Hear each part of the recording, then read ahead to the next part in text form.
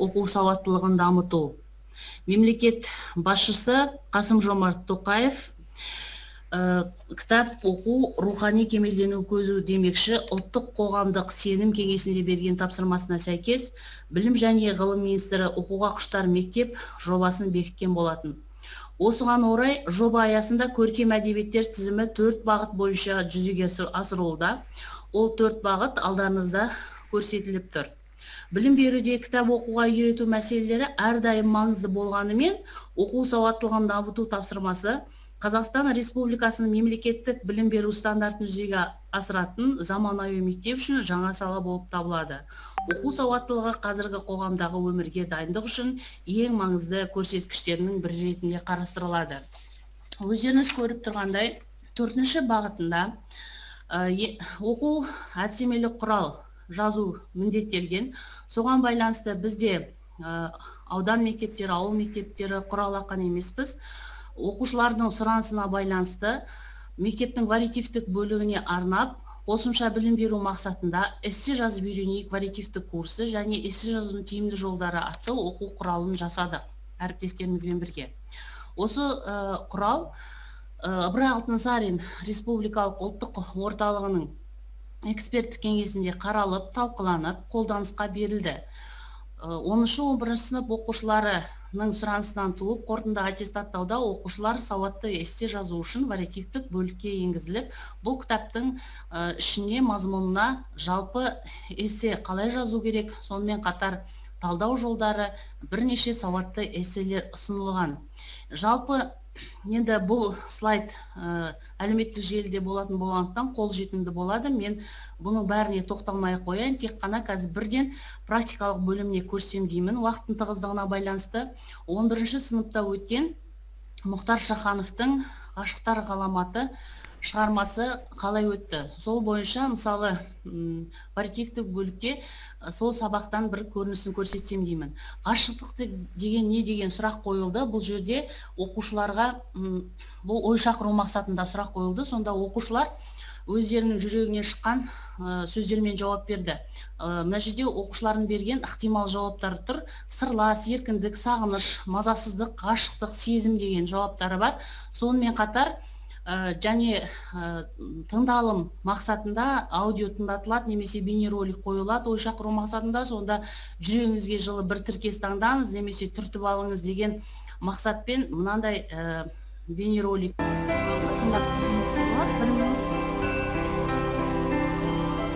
Өмір рухсыз шалқымасын, пенделікке уақыт айтар өкімін. Мен Зухрамен жарты ғасыр және 6 ай 2 күн бірге ғұмыр кешіппін. Неге қазір мұң тұрлап тұр көзімді, ұқтым одан жан адамнан ұғынбаған сезімді.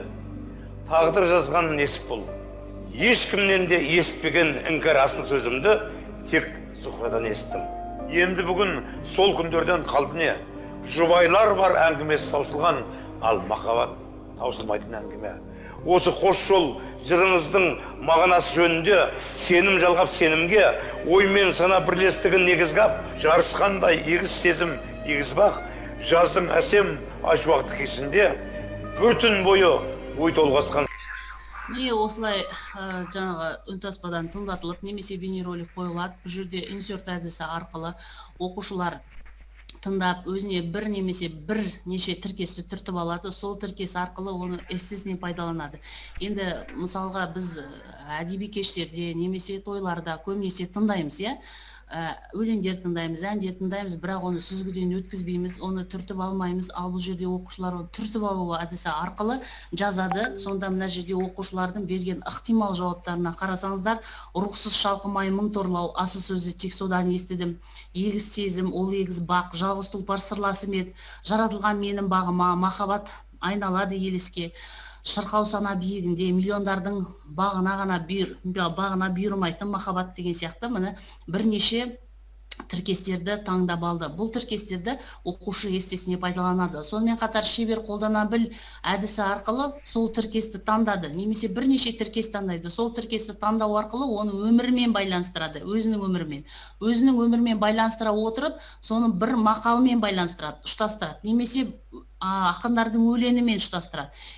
Солай ұштастыра отырып, өйткені себебі бірақ алайда сондықтан кез келген бір шылаумен байланыстыра отырып сөйлем құрастырады. Мысалға, мына жерде ықтимал жауаптары тұр, өздеріңіз көріп отырсыздар. Шынымен де мен ешкімнен естімеген асыл сөздерді жарымнан ғана естіген екенмін. Дүниеде сірә сендей маған жар жоқ деген жүрек сырын ақтарған ұлы абайдың басынан кешкен асқақ сезім менің де жүрегімді сыздатып, шымырлатып, сағындырып, тәубе еткендігіне сан мәрте шүкір етемін.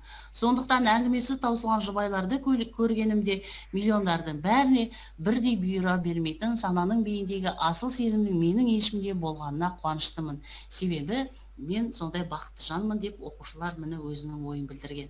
Келесі тапсырмасында Естай мен Қорлан оқиғасын білесіз бе деген сұрақ туындауы мүмкін.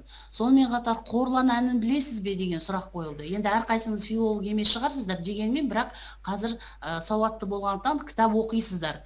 Және Естай мен Қорлан оқиғасын сіздер де білетін шығарсыздар, иә? Сондықтан да және Қорлан әнін тыңдаған да шығарсыздар. Мысалға, оқушыға осы Қорлан әнін тыңдата отырып, естігенне алар едіңіз.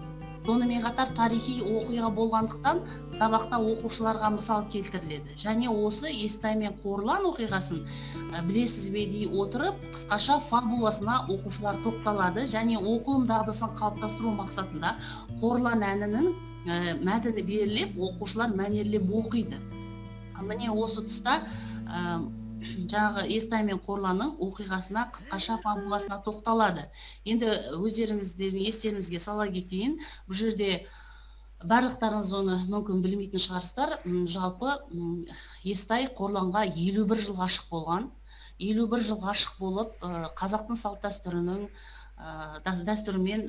Қорлан басқа адамға атастырылып, ұзатылып кеткен. Сол 51 жыл ғашық болып жүріп, сол Қорланның сыйлаған жүзігін сақтап, өлер шағында, мәңгілікке көз жұмар шағында досына өтінеді сол жүзікпен бірге жерлеуін. Ал Қорлан болса, өзінің жаңағы Естайдың соңғы Қорланға шығарған әнін немересіне айтқызумен көз жұмған екен. Ал ғашықтық аламатының сюжеті қандай деген сұраққа тоқталатын болсақ, жалпы бұл жердегі жас қыз, үрімдей әдемі сұлу қыз, біреудің жалғыз қызы, тұмсықтыға шоқтырмай, қанаттыға қақтырмай өсірген жалғыз қыз, үйлі баранды әртіс жігітке ғашық болып, соған есі кетіп, анасын тыңдамай, ал әртіс болса, ол жігітке, ол қызға тіпті алатын ойда жоқ дейді. Сонда ақынға келіп анасы жалынады, бір өлең шығарып берші деп. Сонда шығарған өлеңі күдіспейіл кедергіден қайтқанмен меселі, ғашық жүресі өз тағдырын өзі ғана шешеді, жыға алмайды оны жұрттың өсегі, бұған дәлел құдіретті Қорлан әні кешегі деп өлең шығарған екен. Сондағы ақынның айтар ақылы мен нақылы да осы Қорлан әнімен бірге бір арнаға тоғысқан екен. Сонда ақын сол қыздың махаббатын қолдаған екен. Міне осы жерде екі түрлі ой қалыптасады. Осы жерде екі жақты пікір әдісін қолданған кезде оқушылардың пікірі екі жаққа бөлінеді, жақтаушы және даттаушы топ болып. Сонда ақынның сезімінің адамы болғандықтан жақтап тұр дейді, қыз баланы махаббатын сыйлағаны болу керек дейді. Жүрекке әмір жүрмейді, бұл жерде қалап тұр дейді, миллиондарға бұйырмайтын махаббат болып тұр дейді. Ал даттаушы топ айтады, қанаттыға қақтырмай, тұмсықтыға шоқтырмай өсірген ананың тілін алмау, төрелердей жігітті мазақ еткендіктен қарғыс алған болу керек бұл қыз бала.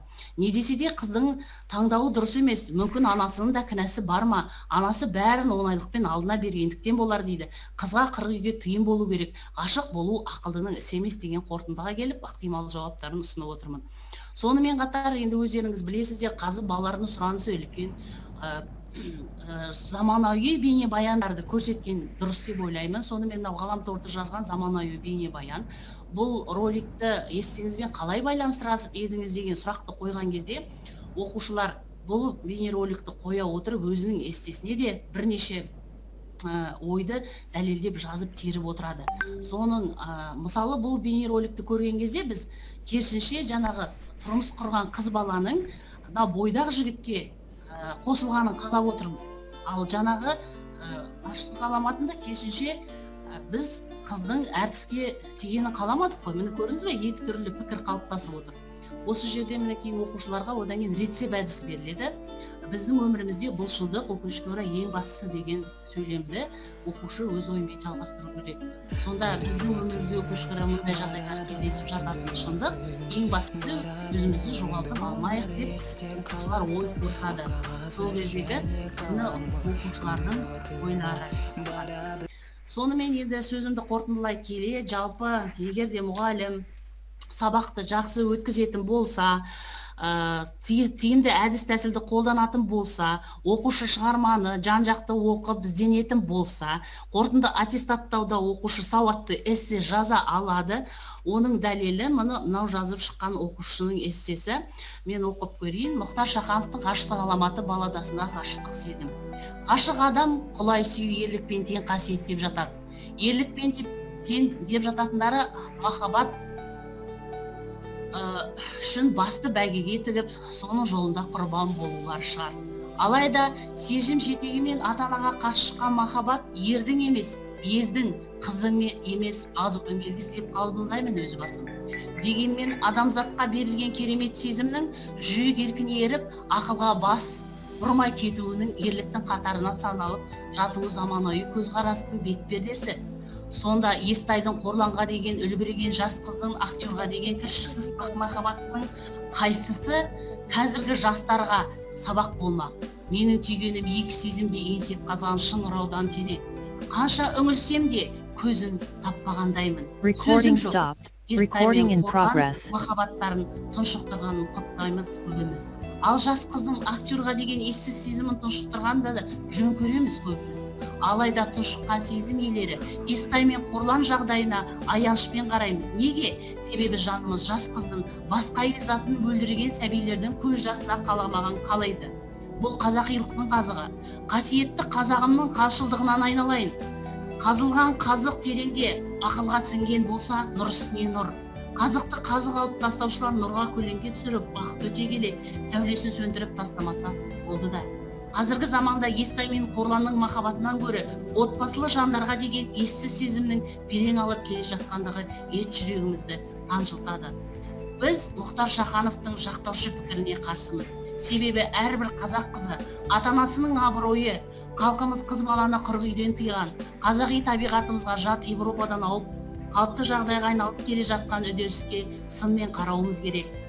Себебі айнаға едім емес, адамға қарап түзелген деген бар. Ғашық болу естілердің ісі емес дегенде де естігем.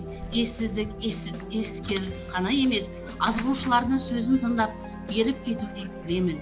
Өйткені Дана байда жүректі жалғыз қалдырмаған, қайратқа қосып ақылмен тең таразылған.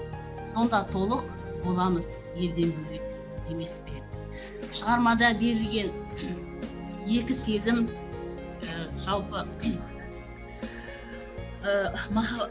жақтаушы өлшеуіші шығармада берген екі сезім бір-біріне қаншалықты жақын болса, соншалықты алыс. Себебі бірі ақ ақылға жүгінсе, бірі пәк жүрекке ғана бағынған. Ессіз ғашықтықтан гөрі есті махаббатты бұйыртсын әркімге, ылайым солай болғай. Міне тыңдағандарыңызға рахмет. Жалпы бұл оқушының 11 сынып оқушының жазып шыққан эссесі. Сөзімді қорытындыласам, оқушы сауатты эссе жаза алатын болады. Оқу сауаттылығын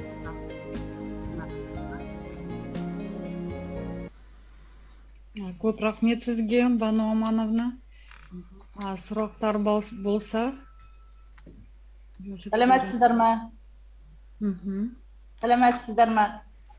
Бұл Батыс Қазақстан облысының өрлеуінен қазақ тілмен директормын, Батыс Қазақстан өрлеу филиалының қазақ тіл мен әдебиеті пәні мұғалімімін. Конференцияларыңыз өте тамаша өтіп жатыр, ризамыз.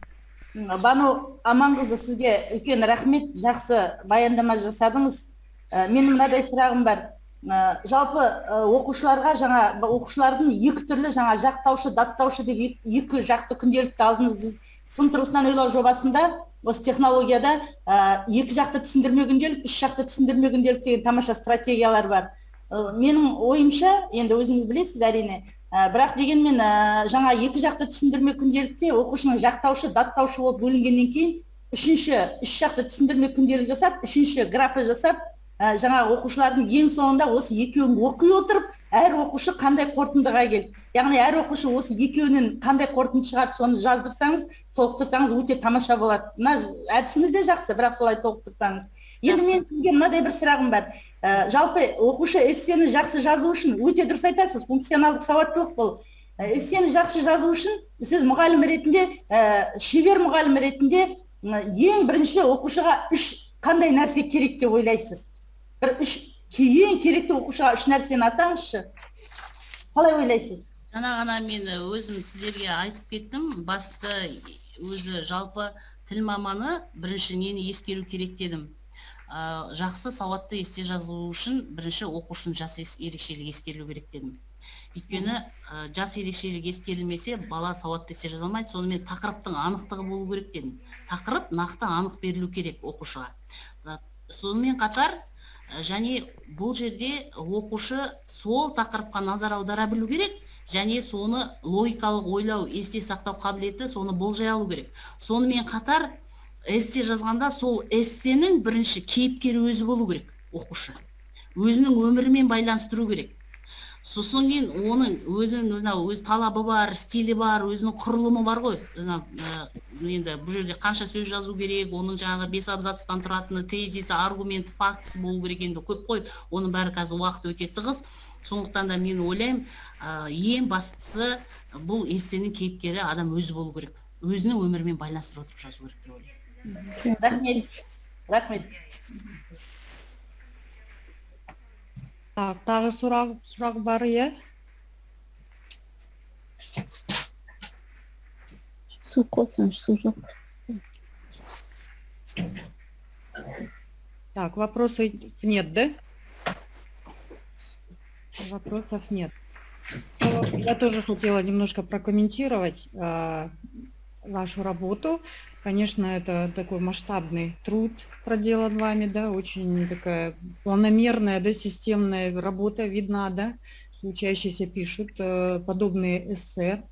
Ну вот у меня такой вопрос возник. Это эссе, наверное, больше относится к художественному стилю, да, то есть это жанр очерк больше, наверное, это такое очерковое эссе. А что касается вот эссе, когда учащиеся должны развивать исследовательские навыки, там академическое эссе мы называем его, да, в старшей школе это аргументативное или дискуссионное эссе. Как вы развиваете эти навыки у учащихся? То есть навыки аргументации, критического мышления, навыки умения оформлять цитаты, перефразировать какие-то выводы и другие навыки, которые необходимы вот для академического эссе. Енді өзіңіз айтып отырсыз, жалпы эссенің түрі өте көп. Сондықтан да мына жаңағы аргументтік эссе, талдау эссе, салыстыру эссе, сонымен қатар дәлелдеме эссенің өте түрі көп қой. Сондықтан да балаға сол эсселердің түрін ажырата білу үшін міндетті түрде өмірмен байланыстыру керек. Байланыстырған кезде сонда мынау функционалды сауатты болады. Көп нәрсені мен өзімнің практикамда көп нәрсені өмірмен байланыстыруға тырысамын. Мысалға, жаңағы сіз айтып жатсыз, енді әдеби эссе, мынау көбінесе әдеби эссеге көп жақын деп. Иә, дұрыс айтасыз. Ал мысалға, сонымен қатар мысалға біз аргумент келтіріп жазу керек болса, мен мынау баяндамамда да жазғанмын, бірақ бәрісін мына жерде 10 минутқа сыйдыру мүмкін емес қой. Сондықтан да мен қысқартып алдым. Сол жерде де мына жерде мысалдар келтірген болатынмын. Мына жерде мына аргумент келтіріп жазатын бір эссе бартын. Соны POV формуласын көп пайдаланамын аргумент эссе жазған кезде. Мына жерде былай деген тапсырма берілген, мысалға 4-ші қара сөзін талдаған білім алушының пікірімен мысал келтірсем, мысалға бүйдеп жазады. Менің ойымша дейді, Абай атамыз айтқандай, арзан күлкімен және қымбат күлкі деген аталатын екі арнаның бар екендігін және арзан күлкінің мастық деп бағалағанын білемін дейді. Себебі бояма күлкі, өтірік күлкі, мақтан күлкі адамға жақсылық әпермейді. Дана Абай бір ғана күлкіні қолдайды. Ол Құдай жаратқан орынды күлкі, қымбат күлкі екенін ескеру керек. Оны мен абайтанушы Омар Жәлелдің пайымдауынша жігіттер ойын арзан, күлкі қымбат деген мағынағы күлкісі қымбат деген оймен. Сейіт Кенжахметұлы болса, күле білу өмір, күлдіре білу өнер, күлкі болу өлім деген сөздерден үлкен ой салады дейді. Осыған орай байланысты мен ащы түйінділерге ілігіп жүргендерге сабақ алып, өз қателерін түсініп, өлім күлкісінен сақтанып жүрсе, өмір үшін, өнер үшін күле білейік деп, елге күлкі болып, жер болудан сақтанайық деген біледі дейді. Міне осы жерде аргумент келтіріп, факті келтіріп жазған оқушының эссесі де бар. Міне Попс формуласын пайдаланған бар. Кешіріңіздер, бір пікір айтуға бола ма? Пікір айтуға. Енді мынау жаңа баяндамашы Бану Аманқызының біз тәжірибесімен таныспыз. Жалпы өте жақсы. Мынау Батыс Қазақстан облысының өрлеу біліктілікті арттыру ісінің директоры өрлеу София Ізмұхамедовна әріптесімізге қойған өте сауатты сұрағына рахмет сізге. Сыни ойлаудың алғашқы қарлығаштары осы Түсіпханова Бану, Зейнегүл Жаңабековнамен бірге осы бағдарламаның ішінде Бану да өткен болатын. Сондықтан да құрметті әріптестер, әрине эссе жазудың қыр-сыры өте көп. Мұғалімнің шексіз ізденісінің өзінен байқап отырсыздар. Нәтиже оқушыдан шықпай ма? Сондықтан осы мынау алыстағы жатқан анау Шет ауданының үлкен бір мектебінде, ауыл мектебінде осындай талмай ізденетін тамаша мұғалімдер жұмыс жасайды. Балалары, жаңа біз айтып отқандай, қай жағынан болсын, мынау талантты балаларды іріктеу емес қой. Барлық жарыстарға ғана қатысатын емес. Осы мектептің балаларын біз көшбасшы балалардың арасынан жиі көреміз. Сондықтан іске сәтті дегіміз келеді. Бану бастаған біздің әріптестерімізге. Рахмет сіздерге.